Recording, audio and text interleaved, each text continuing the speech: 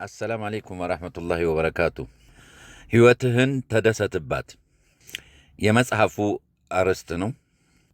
እንግዲህ ይህንን መጽሐፍ ላስተዋውቃችሁና ያው ከዛ ላይ ትንሽ ቀንጨብ አድርጌ አነብላችኋለሁ። እንግዲህ መልካም የሆኑ ነገሮችን ስናስተላልፍ አጅር እናገኝበታለን ብለን ነው። እናንተም ይህንን አዳምጣችሁ እስከ መጨረሻው እንደምትወዱት እርግጠኛ ነኝ። ሼር በማድረግ ተባበሩ። እናም በጥቆማው መሠረት መጽሐፉን አግኝታችሁ እንድታነቡ ትጋብዛለሁ። አጠር አድርጌ አቀርባለሁ፣ ተከታተሉ። ሰዎች በተፈጥሮና በአካል እንደሚለያዩት ሁሉ በአመለካከታቸው፣ በአስተያየታቸውና በአቀራረባቸው ይለያያሉ። አንድ ሰው እንደ ተሳሳተ ካወክ ምከረው፣ ስህተቱን ልታርምለት ሞክር። የማያዳምጥህ ከሆነ እንደ አንዱ ጠላትህ አድርገህ አትመዝግበው። ነገሮችን በበጎ መልኩ ተመልከታቸው። አንድ ጓደኛህን ልታርመው ስትሞክር ምክርህን ቢቃወምህ ጓደኛህን ወደ ጠላትነት አትቀይር። ቢያንስ ስህተቱን እንዳይጨምር ተስፋ በማድረግ ለሱ አዛኝ እንደሆንክ ቀጥል።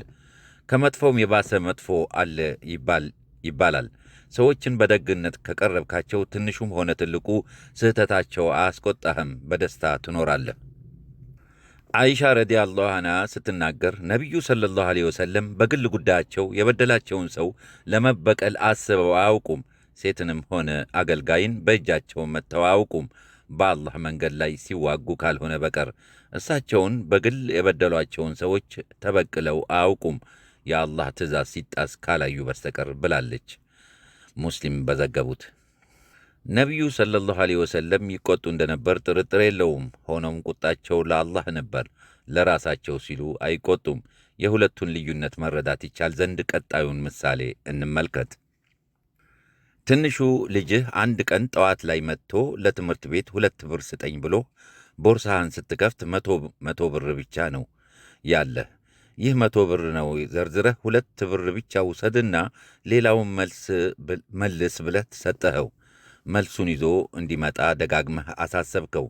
ከአስሩ በኋላ ወደ ቤት ሲመለስ ሁሉንም ብር አጥፍቶ መጣ። ምን ታደርገዋለህ? ምን ያህል ትናደዳለህ? ልትመታው ትችላለህ።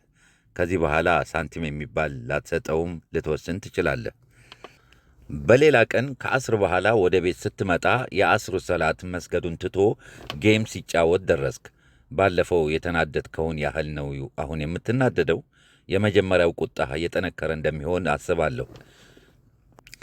የአላህ መልእክተኛ ቁጣ ግን ለአላህ ብቻ ነበር። በተደጋጋሚ ሰዎችን ይመክራሉ። የማይቀበላቸው ከሆነ አይጋተሩም፣ ምክንያቱም ቅናቻ ያለው ከአላህ ሱብሓነሁ ወተዓላ ብቻ ነውና።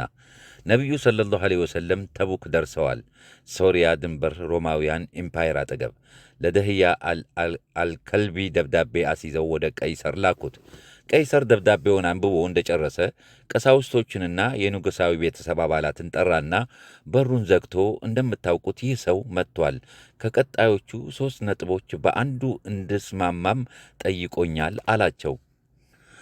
አንደኛ ሃይማኖትን እንድቀበል፣ ሁለተኛ መሬት እንድሰጠውና የመሬቱ የባለቤትነት መብት ግን የኛው እንደሆነ፣ ሦስተኛ ከእሱ ጋር ጦርነት እንድገጥም። ከዚያም ቀይሰር ወላሂ መጽሐፎቻችሁን ስታነቡ እንደምታውቁት በእርግጠኝነት መሬታችንን ይወስደዋል።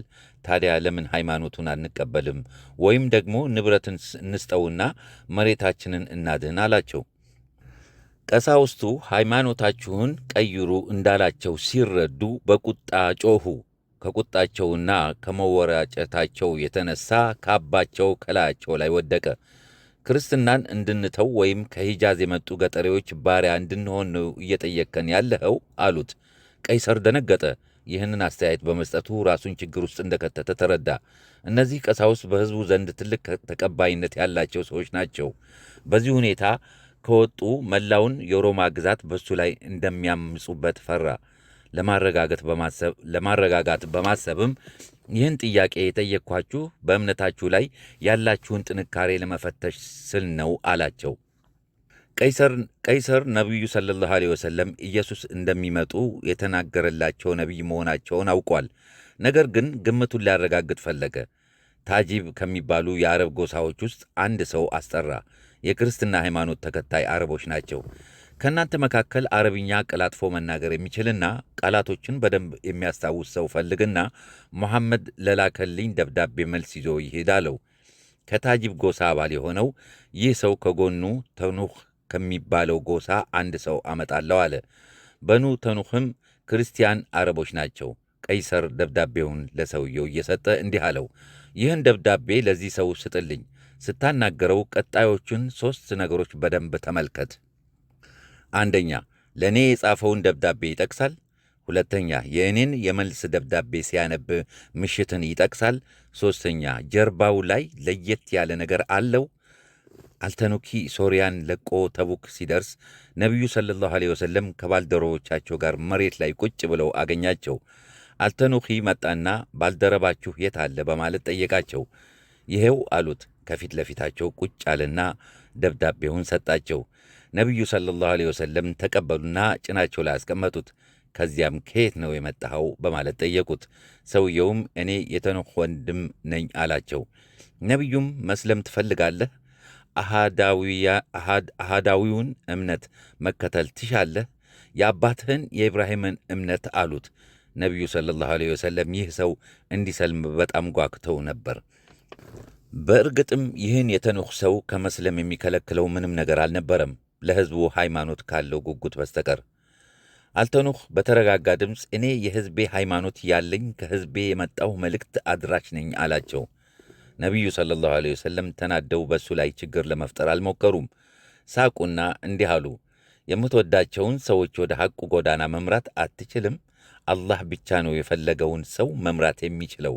የሚመሩትን ሰዎች በእርግጠኝነት የሚያውቀው እሱ ብቻ ነው።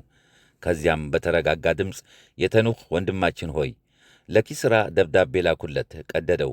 አላህ እሱንና ግዛቱን ይቀዳድደዋል። ለነጁስ ደብዳቤ ላኩኝ፣ አቃጠለው። አላህ ግዛቱን ያቃጥልለታል። አንተን ለላከህ ሰው ደብዳቤ ላኩኝ፣ አስቀመጠው። በሕይወቱ ላይ ጥሩ ነገር እስካለ ድረስ ሰዎች በሱ ላይ ችግር መፍጠራቸውን ይቀጥላሉ። አልተኑኽ የቀይሰር ጥያቄዎች ማስታወስ ጀመረና ለራሱ ይህን እንዲይዝ ካሳሰበኝ 3 ነገሮች ውስጥ አንዱ ነው አለ። እንዳይረሳው ፈራና ጻፈው። ነቢዩ ሰለላሁ ዐለይሂ ወሰለም ከጎናቸው ለተቀመጠው ሰው ደብዳቤውን ሰጡት። አልተኑኽም ከመካከላችሁ መጻፍና ማንበብ የሚችል ሰው ማን ነው ሲል ጠየቀ። ሙዓዊ አሉት። ሙዓዊያ ደብዳቤውን ማንበብ ጀመረ። እንዲህ ይላል፣ ለአማኞች ለተዘጋጀውና እንደ ሰማያትና ምድር ሰፊ ወደ ሆነው ጀነት ጠራኸኝ። ታዲያ ገሃነም እሳት የት ነው ያለው? ነቢዩም ሱብሓነላህ፣ ቀኑ ሲመጣ ምሽቶ የት አለ አሉ። አልተኑኺ ቀይሰር ያዝ ያለው ሁለተኛ ነገር ይህ እንደሆነ አሰበ። ማስታወሻ ያዘ። ሙዓዊው ደብዳቤውን አንብቦ ሲጨርስ ነቢዩ በትሕትና አንተ መልእክት አድራሽ ነህና መብቶች አሉህ። እዚህ በስጦታ መልክ ብሰጥህ ልትወስደው የምትፈልገው ነገር ቢኖር እንሰጥህ ነበር። ነገር ግን እኛ አሸዋ ላይ የተቀመጥን መንገደኞች ነን አሉት ለአልተኑኺ። ማለትም ስጦታ ብሰጥህ ደስ ይለኝ ነበር፣ ነገር ግን እንደምታየው አሸዋ ላይ የተቀመጥን መንገደኞች ነን፣ ምንም የለንም። ዑስማን ረዲያላሁ አንሁ ተነሳና የአላህ መልእክተኛ ሆይ እኔ የሆነ ነገር እሰጠዋለሁ አለና ጀለቢያና ፎጣ አምጥቶ አልተኑኺ ጭን ላይ አስቀመጠለት። ከዚያም ድንቁ ነቢይ ይህን ሰው የሚወስደው ማን ነው ሲሉ ጠየቁ። ማን ነው የሚያስተናግደው ማለታቸው ነው። እኔ አስተናግደዋለሁ አለ አንድ አንሷር።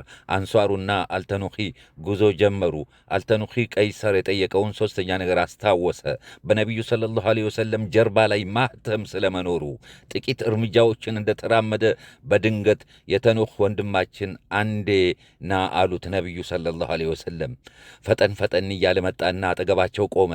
ልብሳቸውን ገልጠው ጀርባቸውን እያሳዩት ይኸውልህ ማስታወሻ ያዝ፣ የተባልከውን ነገር ያዝ አሉት። አልተኑኺም ጀርባውን ሲመለከት በትከሻዎቹ መካከል ትልቅ ማህተም አየሁ ሲል ተናግሯል። በነቢዩ ጀርባ ላይ ሰላም። በመጨረሻም ዓላማው ሰዎች ስህተታቸውን እንዲገነዘቡ ማድረግ ነው። አንተ ባለህበት ስህተታቸውን ማረማቸው የግድ ላይሆን ይችላል። ስለዚህ አትጨነቅ። ወሰላሙ አሌይኩም ወረሕመቱላሂ ወበረካቱ። 10 ደቂቃ የማትሞላ መልእክት ናት። ብታስተላልፏት፣ ብታዳምጧት ጠቃሚ ትሆናለች ብዬ ነው። በሚቀጥለው እንገናኛለን።